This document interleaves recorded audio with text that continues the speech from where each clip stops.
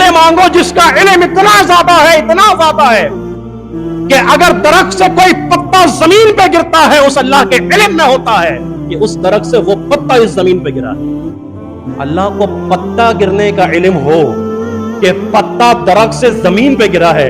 انسان کی آنکھ سے آنسو گرے اور اللہ کو معلوم نہ ہو، ایسا کیسے ہو سکتا ہے؟ تو کیسی قدر کرے گا اس کی؟ پھر پتا گرا زمین سے، اللہ کہتا مجھے معلوم ہے، اور اللہ کے خوف سے اس بندے کی آنکھ سے آنسو کا قطرہ مکھی کے پر کے برابر گرے اور اللہ کو علم نہ ہو، ممکن نہیں. جو خود اپنے ہاتھ سے بنایا جس کو اشرف المخلوقات، وہ اللہ سے مانگے اور اللہ کو معلوم نہ چلے، ایسا ممکن نہیں ہے. تو مانگو اس سے اس طرح سے مانگو کہ اللہ تو پتا گرنے کی بھی خبر رکھتا ہے، میری آنکھ سے آنسو گر رہا ہے تیرے خوف سے، اللہ تو دیکھ رہا ہے. تمام قسم کی تعریفات اللہ وحدہ لا شریک، مالک ارض و سما، خالق کائنات کے لیے ہیں، اور بے شمار درود و سلام ہو پیغمبر بحر و بر، شافی رود جزا، حضرت محمد مصطفیٰ صلی اللہ علیہ وآلہ وسلم کی ذات پر، جن کے ذریعے اللہ نے اہل کائنات کی ہدایت اور رہنمائی کا بندوبست فرمایا. خطبہ مسنونہ کے بعد قرآن کریم کے تیسرے سپارے کی ایک آیت جو آیت الکرسی کے نام سے معروف ہے، آپ کے سامنے تلاوت کی ہے. اس مختصر سے وقت میں آیت الکرسی کی فضیلت اور اس کی مختصر سی تشریح آپ دوستوں کے سامنے انشاءاللہ بیان ہوگی، اس دعا کے ساتھ کہ اللہ رب العالمین سننے اور سنانے کے بعد عمل کرنے کی توفیق عطا فرمائے. سب سے پہلے اس کی فضیلت میں ایک حدیث سن لیتے ہیں. جامع ترمذی کی حدیث ہے، رسول اکرم صلی اللہ علیہ وآلہ وسلم نے سیدنا ابی بن کعب رضی اللہ تعالیٰ عنہ سے فرمایا، ابی، قرآن کریم کی سب سے عظمت والی آیت، سب سے عظیم آیت کون سی ہے؟ کیا تمہیں معلوم ہے؟ صحابی رسول فرماتے ہیں، میں نے کہا کہ اللہ و رسول عالم، اللہ اور اس کے رسول ہی بہتر جانتے ہیں. تو فرماتے ہیں کہ نبی رحمت صلی اللہ علیہ وسلم نے پھر مجھ سے سوال کیا کہ کیا تمہیں معلوم ہے کہ قرآن کریم کی سب سے عظمت والی آیت، سب سے عظیم آیت کون سی ہے؟ میں نے دوسری مرتبہ نبی رحمت صلی اللہ علیہ وسلم کے پوچھنے کے بعد کہا، جی اللہ کے رسول صلی اللہ علیہ وسلم، وہ آیت الکرسی ہے، اللہ لا الہ الا هو الحی القیوم. تو نبی رحمت صلی اللہ علیہ وسلم نے میرے سینے پر ایسے ہاتھ مارا اور فرمایا کہ تجھے تیرا علم مبارک ہو، یعنی کہ جو جواب دیا ہے وہ درست جواب ہے.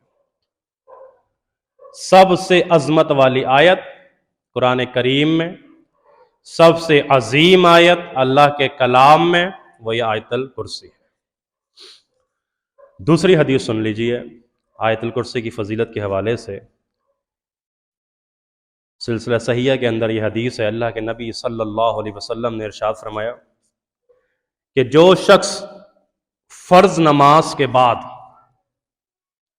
آیت الکرسی پڑھتا ہے، فرض نماز کے بعد، اور اس نے اپنا یہ ایک طریقہ بنا لیا، ایک عادت بنا لی ہے کہ ہر فرض نماز کے بعد آیت الکرسی پڑھتا ہے، فرمایا کہ اس کو جنت میں داخلے کے کوئی چیز نہیں روک سکتی سوائے اس کی موت کے.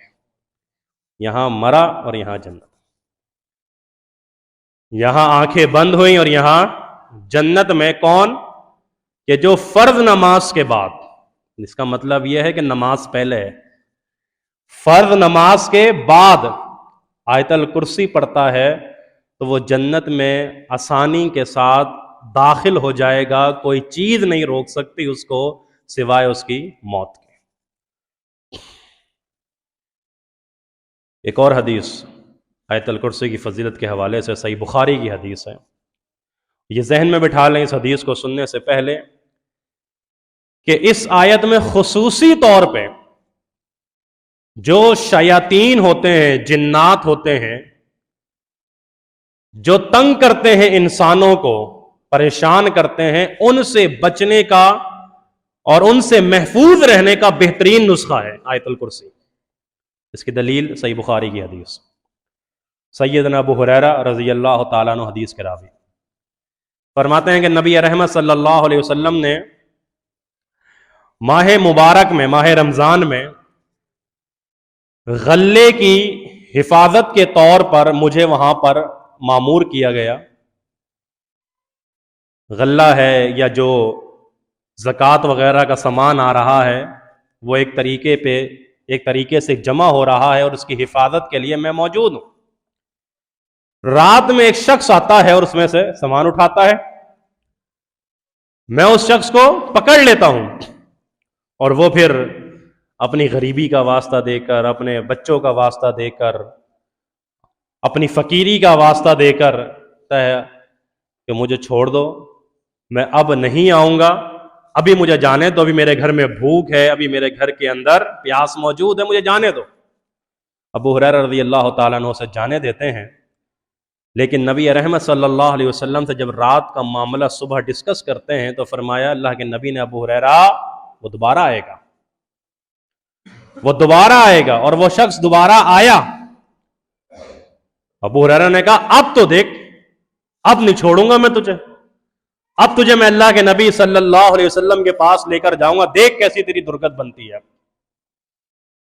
اس نے کہا اچھا ایک تو میں دین کی بات بتا دوں، ایک تمہارے دین کی بات، تمہاری شریعت کی بات، تمہارے اسلام کی بات بتاؤں؟ جی بتاؤ.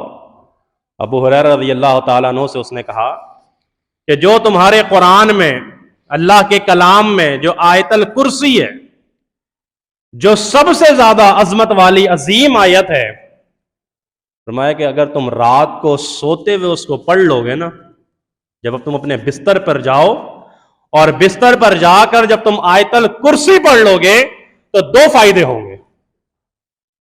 ایک فائدہ یہ ہوگا کہ پوری رات اللہ رب العالمین کے حکم سے ایک حفاظت کا فرشتہ تمہارے لیے مقرر کر دیا جائے گا جو تمہاری اللہ کے حکم سے حفاظت کرے گا.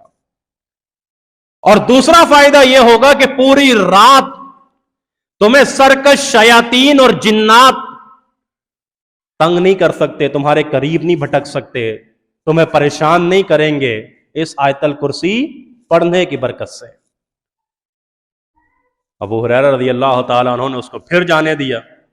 نبی رحمت صلی اللہ علیہ وآلہ وسلم سے جب معاملہ ڈسکس ہوا، اللہ کے نبی نے فرمایا ابو ہریرہ وہ جو بات کہہ کر گیا ہے وہ بالکل سچ کہہ کر گیا ہے، اگرچہ وہ خود جھوٹا تھا، وہ انسان بھی نہیں بلکہ شیطان تھا. آیت الکرسی کی فضیلت کے حوالے سے یہ 3 احادیث اپنے ذہن میں بٹھائیے. فرض نماز کے بعد آیت الکرسی پڑھیے، سوتے وقت آیت الکرسی کی تلاوت کیجیے، اور ذہن میں بٹھائیے کہ قرآن کریم کی یقیناً ساری آیات، ساری صورتیں عظیم ہیں، لیکن مرتبے ہیں، اور ان مرتبوں کے حساب سے سب سے عظیم آیت یہ آیت الکرسی ہے. اب آتے ہیں مختصر سے وقت میں اس کی مختصر سا ترجمہ اور تشریح کی طرف. آغاز ہوتا ہے اس آیت کا اللہ، لفظ اللہ سے. اللہ اکبر، کتنا پیارا نام ہے اللہ. اتنا پیارا نام ہے کہ یہ لفظ اللہ پوری کائنات کی روح ہے. وہ کیسے؟ ایک انسان کے بدن ہے، جسم ہے، اس میں روح ہے تو وہ چل پھر رہا ہے نا، وہ بول رہا ہے، وہ کھا رہا ہے، وہ پی رہا ہے. روح کے بغیر تو وہ بے جان ہے، کسی کام کا نہیں ہے. اس پوری کائنات میں جب تک لفظ اللہ باقی ہے، اس پوری کائنات میں جب تک لفظ اللہ اکبر کہہ کے پکارنے والے باقی ہیں جب تک کائنات کی بقا ہے. جس وقت لفظ اللہ کہنے والے، لفظ لا الہ الا اللہ کہنے والے، جب تک لفظ اللہ اکبر کہنے والے اس کائنات میں باقی رہیں گے، کائنات بھی باقی رہے گی. جب یہ چلے جائیں گے کائنات بھی فنا ہو جائے گی، ختم ہو جائے گی. اس کی دلیل نبی رحمت صلی اللہ علیہ وسلم نے فرمایا لا تقوم الساعہ حتی لا یقال فی الارض اللہ اللہ. لوگوں یاد رکھو قیامت اس وقت تک قائم نہیں ہوگی جب تک کہ اللہ کی زمین پہ کوئی ایک فرد بھی اللہ اللہ کہنے والا موجود ہے. یہ اللہ کہنے والے لوگ کائنات کی بقا ہے. لفظ اللہ کہنے والے، اللہ اکبر کا نعرہ لگانے والے ختم، کائنات ختم، فنا. اچھا ایک نقطہ سمجھ لیجئے، حدیث میں لفظ آئے اللہ اللہ، تو یہ اس میں جلالہ اللہ اللہ یا اس میں ضمیر ہو یہ کہنا کیسا ہے؟ حدیث میں ہے نا اللہ، اسی کی تو دلیل لیتے ہیں صوفی.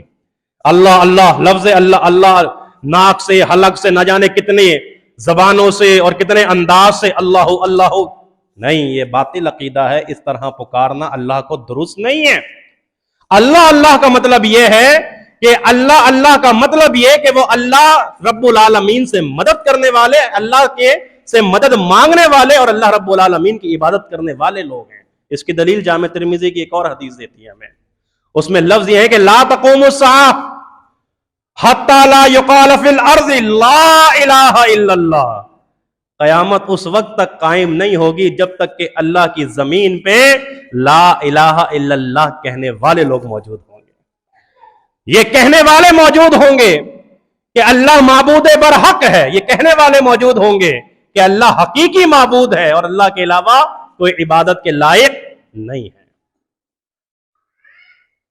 اور یونیک نام بھی ہے نا، میں نے شاید کسی جمعے میں آپ کے سامنے بیان کیا کہ لفظ اللہ اس کائنات کو جب سے پیدا کیا گیا، جتنے لوگ آئے اور جتنے لوگ آئیں گے، کوئی بھی باپ اپنے بیٹے کا نام اس نے اللہ نہ رکھا ہے نہ رکھے گا.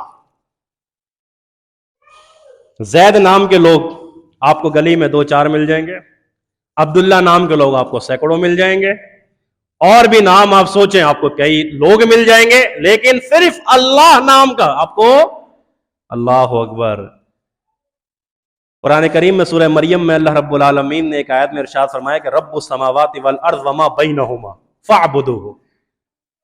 کیسی عجیب ایک آیت ہے یہ سورہ مریم کی کہ جس میں اللہ رب العالمین نے توحید کی تینوں قسموں کو ایک ساتھ بیان کر دیا.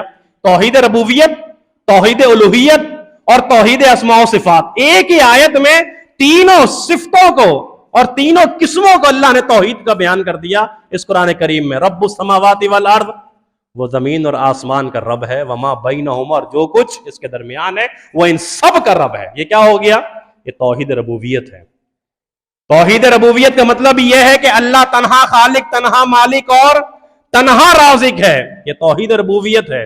فاعبدوہ، تو جو اس کائنات کو پیدا کرنے والا ہے عبادت بھی اسی اللہ کی ہوگی. یہ توحید الوہیت ہے. اور آخر میں اللہ نے کہا ہل تعلم لہ سمیہ، کیا تمہارے کچھ معلومات کے مطابق اس کا کوئی ہم نام بھی ہے؟ تمہارے علم کے مطابق کیا اس کا ہم نام بھی کوئی ہے؟ کیا اس کے ہم پلہ بھی کوئی ہے؟ یقیناً نہیں ہے. تو اللہ نے خود کہا کہ یہ جو لفظ اللہ ہے اس کا کوئی اور ہم نام اس کائنات میں موجود نہیں ہے.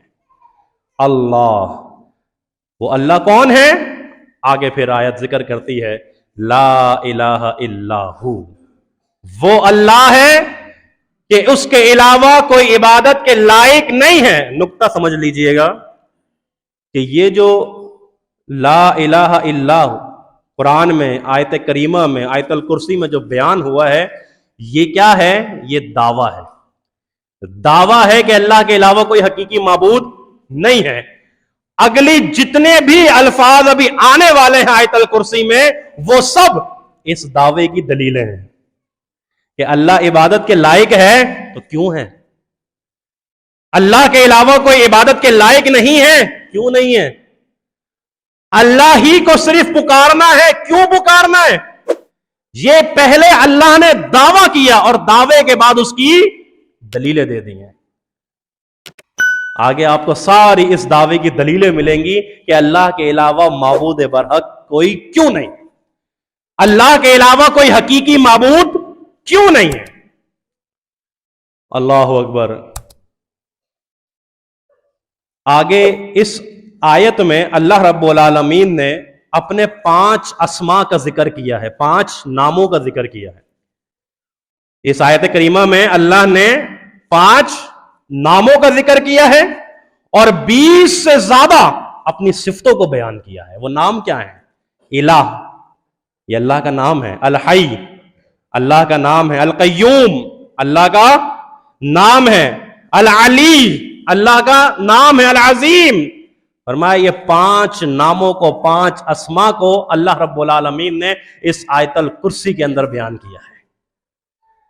اور ابن تیمیہ، اللہ اکبر، قربان جائیں شیخ الاسلام امام ابن تیمیہ رحمہ اللہ، وہ فرماتے ہیں کہ توحید کی 3 قسمیں ہیں: توحید فی الذات، توحید فی الصفات اور توحید فی الطلب.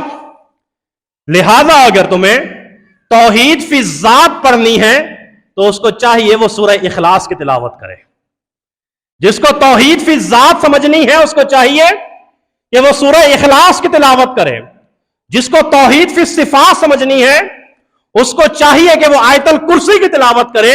اور جس کو توحید فی طلب سمجھنی ہے اس کو چاہیے وہ سورہ فاتحہ کی تلاوت کرے. فی الذات، اللہ کے بارے میں، اللہ کی ذات کے بارے میں معلومات پڑھو، سورہ اخلاص. توحید فی الصفات، اللہ کیسا ہے؟ رک جائیے، اللہ کیسا ہے یہ مجہول ہے. اللہ کے ہاتھ ہیں، تبارک الذی بیدہ الملک، اللہ رب العالمین بابرکت ہے جس کے ہاتھ میں بادشاہت ہے. ہاتھ ہے، کیسا ہے؟ کتنا لمبا ہے؟ کتنی انگلیاں ہیں؟ کتنے انگوٹھے ہیں؟ چوڑائی، لمبائی؟ نہیں، اس کی مثال میں نہیں جانا، اس کی تشریح اور اس کی توضیح میں نہیں جانا. پیر ہیں، دیکھتا ہے، سنتا ہے، یہ سارے معاملات ہیں، لیکن کیسے سنتا ہے، کیسے دیکھتا ہے، کیسے چلتا ہے، کیسے پکڑتا ہے؟ بلا تشریح، بلا توضیح، بلا رد و بدل توحید اسماء و صفات کو مان لینا ہی آپ کے اور میرے ایمان کی بقا ہے. لیکن اگر چلے گئے اس کی امثال میں، اس کی تمثیل میں، تو پھر ایمان برباد ہو سکتا ہے، ایمان تباہ ہو سکتا ہے. تو توحید فی صفات سمجھنی ہے، پڑھیے آیت الکرسی کو. توحید فی طلب، کہ طلب کیسے کرنا ہے، اللہ سے مانگنا کیسے ہے، پڑھو سورۃ الفاتحہ کو. کیسی بات کی ابن تیمیہ رحمہ اللہ نے. توحید فی الذات سورہ اخلاص، توحید فی الصفات آیت الکرسی، توحید فی طلب سورہ فاتحہ. اللہ اکبر. اللہ لا الہ الا ہو، اللہ وہ ہے کہ اس کے علاوہ کوئی حقیقی معبود نہیں، کوئی عبادت کے لائق نہیں ہے. دعویٰ تھا، دعوے کی دلیل دے رہے ہیں. پہلی دلیل سن لیجئے کہ اللہ کے علاوہ عبادت کے لائق کوئی کیوں نہیں، اور اللہ کیوں ہے؟ کیوں؟ الحی، کیونکہ وہ زندہ ہے. آپ بولو زندہ تو میں بھی ہوں. تیری زندگی عطائی ہے، عطائی ہے، اسی نے تو دی ہے زندگی، جب چاہے گا لے لے گا. تو کون سا زندہ ہوا؟ میں اور آپ کیسے زندہ ہوئے؟ کیونکہ ہماری زندگی عطائی ہے، اس نے عطا کی ہے، اور اس کو زندگی عطا کرنے والا کوئی نہیں ہے. تو اس لیے اللہ رب العالمین عبادت کے لائق ہے کیونکہ وہ الحی ہے. اور الحی الف لام کے اضافے کے ساتھ وہ تو تم ہو ہی نہیں سکتے کبھی. ایسا زندہ، ایسا جاوید کہ جس کو کوئی فنا نہیں ہے، جس کا کوئی خاتمہ نہیں ہے، وہ ایسا زندہ ہے. تیری زندگی عطائی ہے، اس نے دی ہے، جب چاہے گا چھین لے گا. القیوم، اور وہ صرف زندہ نہیں ہے، وہ قیوم ہے، وہ تھامنے والا ہے، وہ کھڑا ہے، اور وہ نظام کو لے کے کھڑا ہے، پورے سسٹم کو لے کے کھڑا ہے. وہ تیری پوری زندگی کو لے کے کھڑا ہے، اور اس پوری تیری زندگی اور اس تیری پوری کائنات کا نگہباں ہے. وہ القیوم ہے، وہ اللہ ہے. الحی، یہ اسم اعظم بھی ہے الحی القیوم، آپ نے علماء سے سنا ہوگا شاید. جب اللہ رب العالمین کو اسم اعظم کے ساتھ پکارا جائے نا، یا حی یا قیوم برحمتی کا استغیث، دعا مانگتے ہیں نا، یا حی یا قیوم، اللہ سے دعا مانگیے، اے زندہ رہنے والے، اے قائم رہنے والے، اے زندہ اور جاوید رہنے والے، اے لوگوں کو زندگیاں عطا کرنے والے اور جب چاہے زندگیاں لینے والے، اپنی رحمت کے ساتھ میری مدد فرما. ان اسم اعظم کے ساتھ اللہ کو پکارا کریں. حدیث کا مفہوم یہ ہے، جو اسم اعظم کے ساتھ اللہ کو پکارتا ہے اللہ رب العالمین اس کے دعا کو رد نہیں کرتا ہے. پہلی دلیل مل گئی آپ کو. وہ عبادت کے لائق کیوں ہے؟ کیونکہ وہ الحی ہے، اس کو موت نہیں، اس کو موت نہیں، وہ حی، زندہ ہے، ہمیشہ سے زندہ ہے، ہمیشہ رہے گا. القیوم، وہ قائم ہے، پوری کائنات کے نظام کو بھی قائم کرنے والا وہ ہے اور اسی کے حکم سے قائم ہے.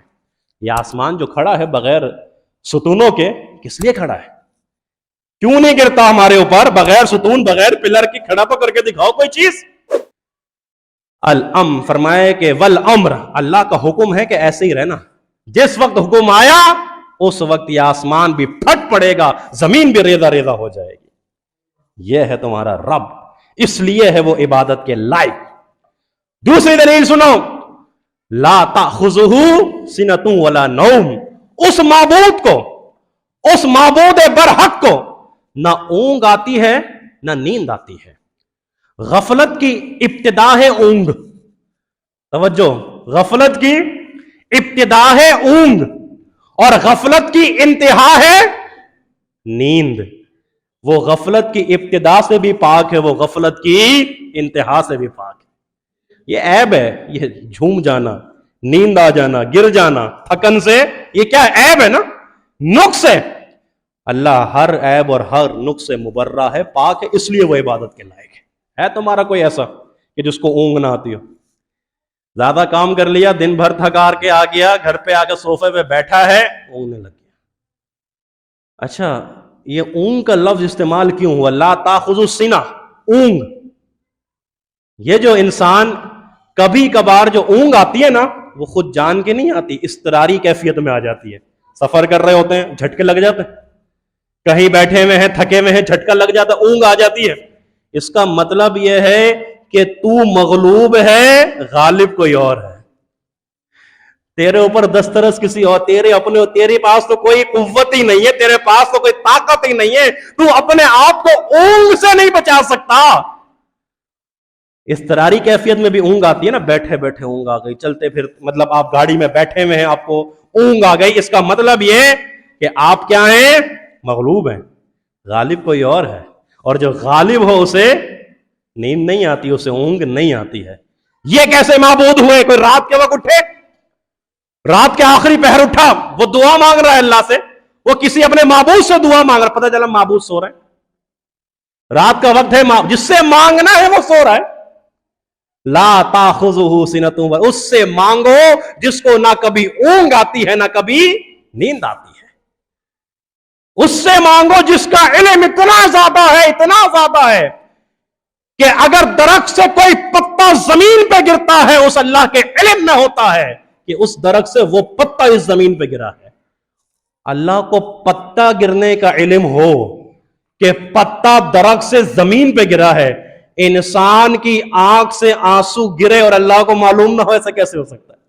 وہ کیسی قدر کرے گا اس کی؟ پھر پتا گرا زمین سے، اللہ کہتا مجھے معلوم ہے، اور اللہ کے خوف سے اس بندے کی آنکھ سے آنسو کا قطرہ مکھی کے پر کے برابر گرے اور اللہ کو علم نہ ہو، ممکن نہیں ہے، ممکن نہیں.